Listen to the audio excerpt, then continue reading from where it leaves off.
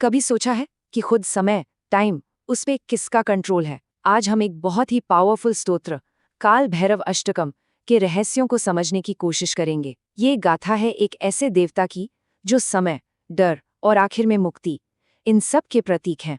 तो चलिए साथ मिलकर उनके इस भयानक, डरावने से दिखने वाले स्वरूप के पीछे जो गहरे मतलब छिपे हैं, उन्हें खोजते हैं। इस स्तोत्र की एक खास बात है, इसका हर एक श्लोक एक ही पावरफुल लाइन पर आकर खत्म होता है। काशी का पुराधिनाथ काल भैरवम भजे, यानी मैं काशी नगरी के स्वामी काल भैरव का भजन करता हूँ। अब ये जो बार बार दोहराया जा रहा है ना, ये कोई इत्तेफाक नहीं है। समझिए, ये इस पूरे स्तोत्र की धड़कन है, इसका हार्ट बीट। एक ऐसा मंत्र जो हमें बार बार याद दिलाता है कि इसका असली मकसद क्या है, पूरी तरह से भक्ति और समर्पण। तो चलिए सबसे पहले बात करते हैं उस चीज की जो शायद सबसे ज्यादा ध्यान खींचती है, काल भैरव का वो भयानक स्वरूप। लेकिन एक बात साफ कर दूं, ये जो डरावना रूप है ना, वो सिर्फ डराने के लिए नहीं है। असल में ये एक दरवाजे की तरह है जो हमें सिंबोलिज्म यानी प्रतीकों की एक बहुत गहरी दुनिया में ले जाता है। स्तोत्र की शुरुआत ही उनके रूप के वर्णन से होती है। पहला शब्द है श्याम कायम, मतलब जिनका शरीर श्याम रंग का है, अंधकार में। अब जरा एक पल के लिए उस अनंत ब्रह्मांड के बारे में सोचिए।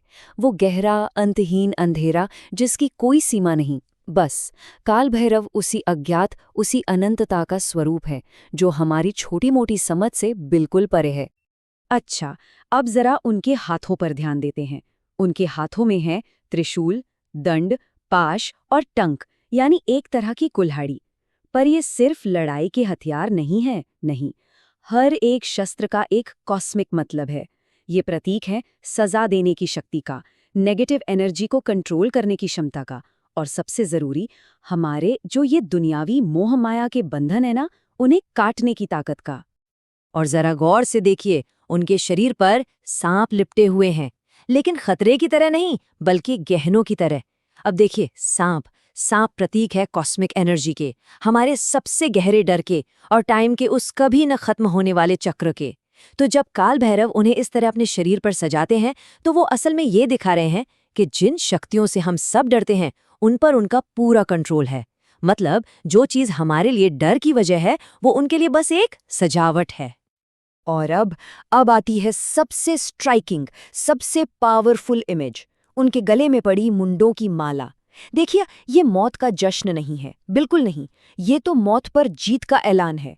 हर एक खोपड़ी एक जीते हुए अहंकार, एक जीते हुए ईगो का प्रतीक है। ये हमें याद दिलाती है कि काल भैरव जन्म और मृत्यु के उस साइकिल से बहुत ऊपर हैं जिसमें हम सब फंसे हुए हैं। तो सवाल ये उठता है कि इस डरावने, भयानक से दिखने वाले रूप के पीछे काल भैरव असल में किस कॉस्मिक पावर को रिप्रेजेंट करते हैं? और बस यही सवाल हमें उनके बाहरी रूप से आगे ले जाकर उनकी असली यूनिवर्सल भूमिका को समझने में मदद करेगा। तो चलिए अब उनकी इसी ब्रह्मांडीय भूमिका को समझना शुरू करते हैं। एक बात तो साफ है, काल भैरव सिर्फ एक रक्षक देवता नहीं है, वो उससे कई ज्यादा है। वो तो खुद समय और कर्म के स्वामी है। उनकी पूरी हकीकत आप कह सकते हैं उनके नाम में ही छिपी है। काल, जिसका मतलब है समय और मृत्यु, और भैरव यानी भयानक रूप। तो काल भैरव का मतलब हुआ समय और मृत्यु का ही भयानक रूप। वो सिर्फ टाइम को कंट्रोल नहीं करते, वो खुद टाइम है। और यहीं पर एक बहुत ही खूबसूरत विरोधाभास, एक पैराडॉक्स सामने आता है। एक तरफ तो उनका स्वरूप ब्रह्मांड के अंधेरे जैसा गहरा है, लेकिन स्तोत्र कहता है भानुकोटि भास्वरम, मतलब उनका तेज करोड़ों सूर्यों से भी ज्यादा है। ये हमें क्या सिखाता है? यही कि सबसे गहरे अंधेरे के अंदर ही चेतना का, कॉन्शियसनेस का सबसे तेज प्रकाश छिपा होता है। अब ये जो लाइन है, ये अविश्वसनीय रूप से जरूरी है। मृत्यु दर्पणाशनम, यानी मृत्यु के अहंकार का नाश करने वाले। जरा इस पे सोचिए, वो खुद मौत नहीं है, वो शक्ति है जो मौत को भी उसकी हद बताती है। मतलब जिस एक चीज से पूरी दुनिया डरती है, वो उस पर राज करते हैं। और यहीं पर उनका वो कमाल का ड्यूअल रोल, उनकी दोहरी भूमिका सामने आती है। वो एक ही समय पर डिस्ट्रॉयर भी है और प्रोटेक्टर भी। एक तरफ वो अधर्म मार्ग नाशकम है, यानी अधर्म के रास्ते को खत्म करते हैं, और दूसरी तरफ धर्म सेतु पालकम है, यानी धर्म के पुल की रक्षा करते हैं। और इसी बैलेंस की वजह से पूरे ब्रह्मांड का सिस्टम चलता है। तो अब तक हमने उनके भयानक और शक्तिशाली रूप को देखा, है ना? पर अब हम उनके दूसरे पहलू पर ध्यान देंगे, उनका दयालु, कृपा करने वाला स्वरूप। ये सफर है डर से कृपा की ओर। अपने उस भयानक रूप के बावजूद उनका सबसे बड़ा मकसद है अपने भक्तों को भुक्ति और मुक्ति, ये दोनों देना। भुक्ति मतलब इस दुनिया में जो भी जरूरी चीजें हैं वो भी देते हैं, और मुक्ति यानी आध्यात्मिक आजादी का रास्ता भी वही दिखाते हैं। स्तोत्र में उन्हें अष्टसिद्धिदायकम भी कहा गया है, मतलब 8 महान सिद्धियां देने वाले।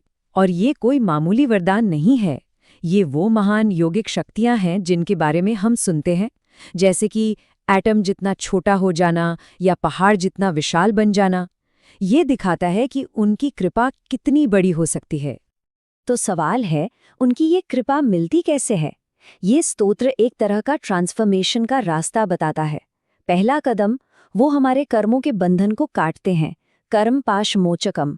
और फिर जब हम उन बंधनों से आज़ाद हो जाते हैं, तब वो हमें धर्म के रास्ते पर ले जाते हैं, नीति मार्गों को विदम।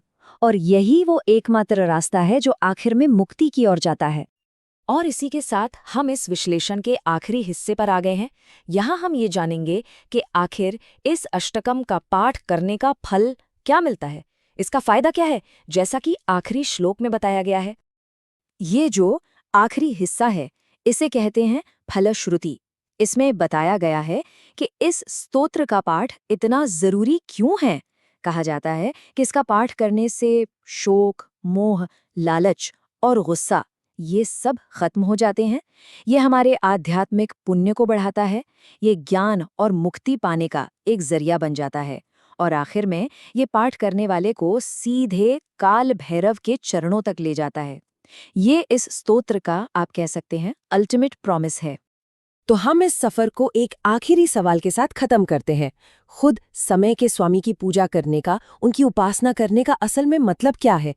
ये एक ऐसा सवाल है जो हमें इस स्तोत्र की गहरी फिलॉसफी पर सोचने के लिए मजबूर करता है कि हमें जो वक्त मिला है, हम उसका इस्तेमाल कैसे करते हैं और हम अपने डरों पर कैसे जीत हासिल कर सकते हैं।